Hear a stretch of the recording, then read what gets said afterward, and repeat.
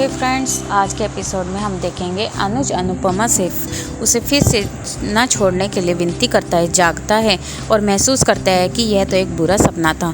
वे हवा के लिए हाँफता है। जी के उसके पास जाते हैं, उसे शांत करते हैं और पूछते हैं कि क्या हुआ। उसके सपने में फिर से आशा आई है। अनुज कहते हैं कि अगर उसके सपने में उम्मीद आ गई होती तो उन्होंने संभाल लिया होता, लेकिन यह उनके दिल में आया है। जब उन्होंने अनु की अपने परिवार के साथ फ़ोटो देखी तो उन्हें डर लगा। उसे कुछ खोने का डर क्यों है जो उसका नहीं है। जीके कहते हैं कि सपने के पूरे होने पर सपने में उम्मीद गायब हो जाती है, लेकिन सुनने की उम्मीद कभी ख़त्म नहीं होती, इसलिए उसे उम्मीद के साथ जीना सीखना चाहिए। दूसरी ओर कोई नंदनी के घर में घुस जाता है और उसका अपहरण कर लेता है। अगली सुबह पाखी स्कूल के लिए तैयार होने के बाद लिविंग रूम में चली जाती है और अपने माता पिता को सॉरी बैलून पकड़े हुए माफ़ी मांगते हुए और उन्हें उनकी गलतियों का एहसास कराने के लिए धन्यवाद देते हुए देखकर चकित रह जाती है। सारा परिवार इकट्ठा होता है। काव्य कहते हैं कि उन्हें कोशिश करनी चाहिए कि दोबारा घर पर कोई ड्रामा ना बनाए। बा का कहना है कि वह भी किसी में आती है। पाखी अपने माता पिता से दोबारा न लड़ने का वादा लेती है और उन्हें हाथ मिलाने के लिए कहती है। वे वहीं करते हैं और उसे लाड करते हैं। पाखी उनके साथ खुशी से नाचती है। इतने में बैकग्राउंड में कुछ गाना चलता है। इतनी सी खुशी, इतनी सी हंसी। और अनुज कार से ऑफिस की ओर आता है। जी के पूछता है कि क्या वह ठीक है। अनुज कल रात के बारे में चर्चा न करने के लिए कहता है और शायरी पढ़ता है। जीके का कहना है कि यह मुद्दा आसानी से नहीं सुलझेगा। वह चाहे तो इनकार में जी सकते हैं। उसे लगता है कि वनराज ने काव्या को जासूस के तौर पर उनके ऑफिस भेजा था। अनुज का कहना है कि यह जीवन है और दैनिक साबुन नहीं है। वह वनराज को जानता है जो बैक स्टैब नहीं करेगा, मीन्स पीठ पीछे चाकू नहीं घोंपेगा। जी के उसे सावधान रहने के लिए कहता है। अनुज कहते हैं कि उन्हें खुद से सावधान रहना चाहिए और अनु के साथ कुछ भी गलत नहीं होने देंगे। जी के पूछते हैं कि क्या यह काव्या की वजह से है और कहते हैं कि वे आज से डांडिया का अभ्यास करेंगे क्योंकि डांडे और नृत्य उनके गुजराती खून में है।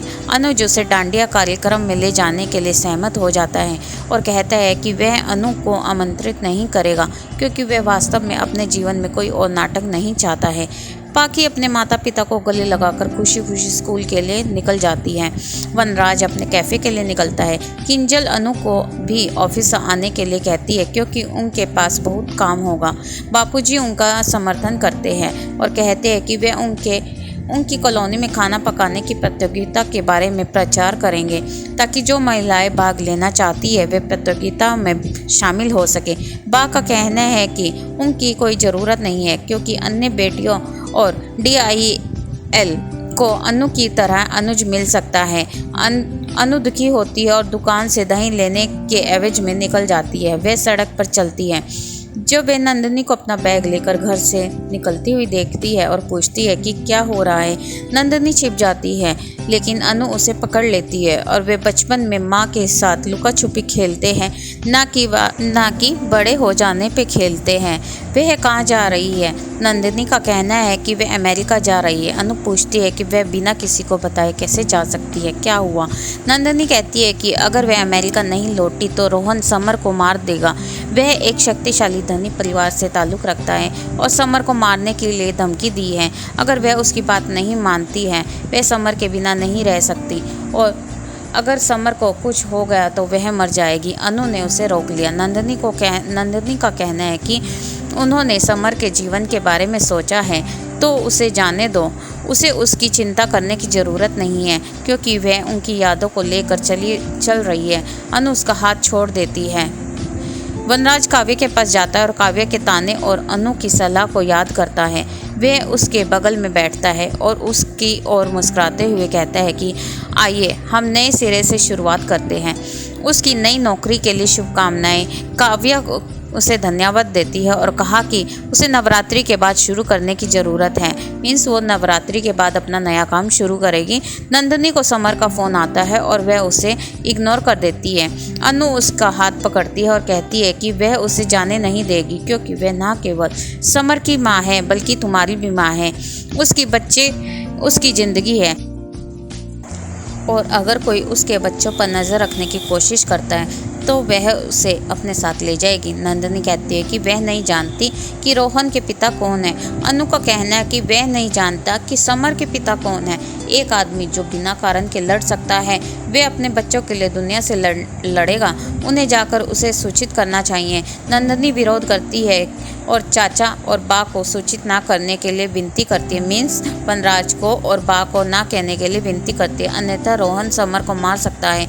अनु कहते हैं देखते हैं कि रोहन क्या कर सकता है। नंदिनी बा के नाटक का हवाला देते हुए याचना करती है। वनराज ने शेफ विनोद को फ़ोन किया और अपने दुर्व्यवहार के लिए माफ़ी मांगी। विनोद सहमत हो जाते हैं और उसे दोबारा न दोहराने के लिए भी कहता है। वनराज ने पाखी को उसकी गलती का एहसास कराने के लिए धन्यवाद दिया।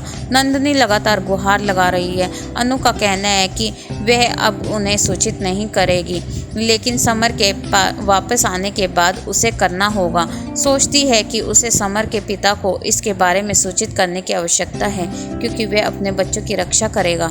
लेकिन वह नंदिनी को अकेला नहीं छोड़ सकती। वह नंदिनी को हमेशा अपने साथ रहने के लिए कहती है और कहती है कि वह रोहन की छाया अपने बच्चों पर नहीं पड़ने देगी। नंदिनी रोती रहती है और अनु को इस तरह से सहारा देगी, लेकिन वह नंदिनी को अकेला नहीं छोड़ सकती।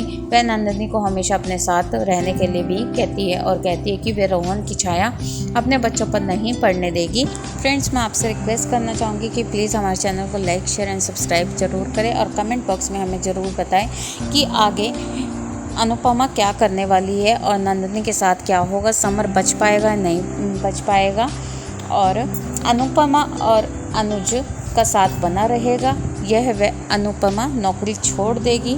और प्रीकैप में आप देखेंगे सब मिलके डांस कर रहे हैं, फूड कंपटीशन हो रहा है और अनुपमा एक अच्छी सी स्पीच भी दे रही है। Have a nice day, enjoy your video.